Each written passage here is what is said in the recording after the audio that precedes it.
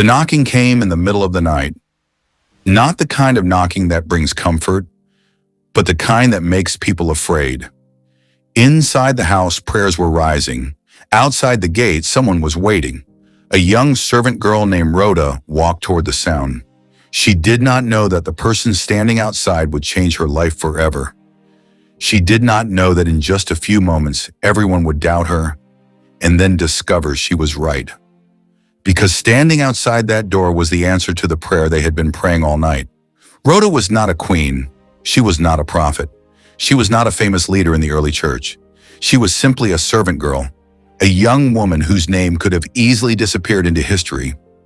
But God saw her, and God chose to remember her. Because sometimes the people the world overlooks are the very people God uses to witness his greatest moments. The story of Rhoda begins in a difficult time for the followers of Jesus. Jerusalem was filled with tension. The church was growing, but so was the hatred against it. King Herod Agrippa had begun attacking believers. He wanted power, he wanted approval, and he was willing to use fear to get it. One of the first victims was James, the brother of John. James, one of Jesus' closest disciples, was killed. The believers were heartbroken. They realized that following Christ could cost them everything. And then Herod reached for another name, Peter.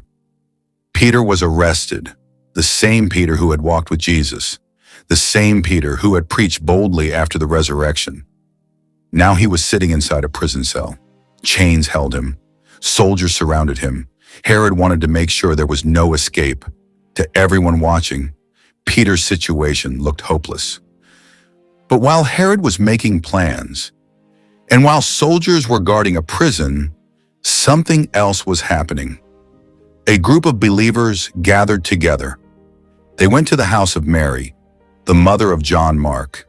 This house had become a place where followers of Jesus gathered, and on this night it became a place of prayer. Inside that house was Rhoda. She moved quietly among the believers. She served.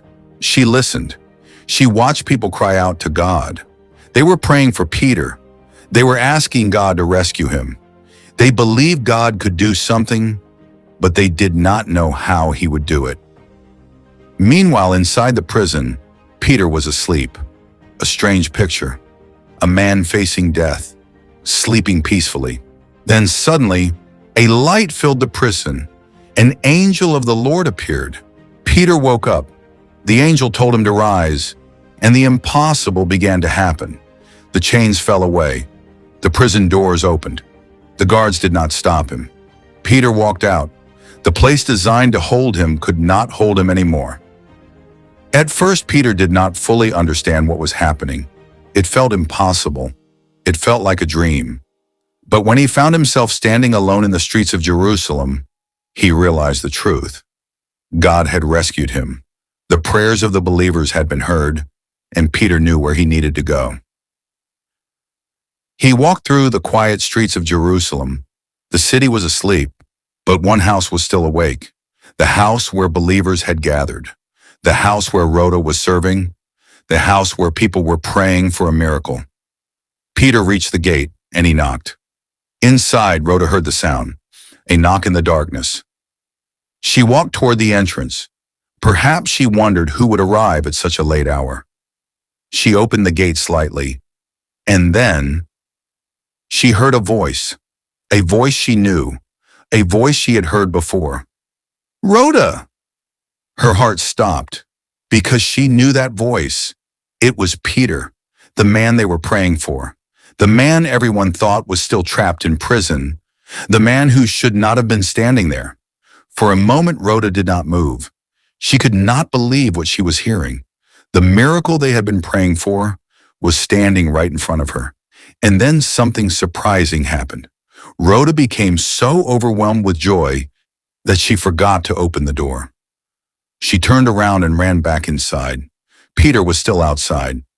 The answer to their prayers was waiting at the gate, but the gate was still closed. Rhoda entered the room.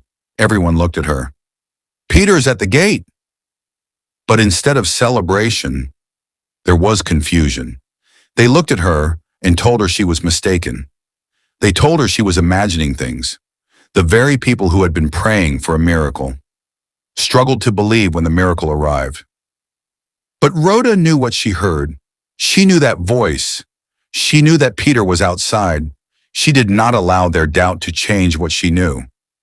Because sometimes faith means believing what God has done, even before everyone else can see it. Outside, Peter continued knocking. Inside, people continued questioning. But the truth remained the same. The miracle was already at the door. Finally, they went to see for themselves. The gate opened, and there he was, Peter, alive, free, standing before them. The room became silent. The prayers they had whispered had become the miracle they could see. Peter entered and told them everything God had done. He explained how the Lord had rescued him from prison, not because of human strength, not because of human planning, but because God was faithful.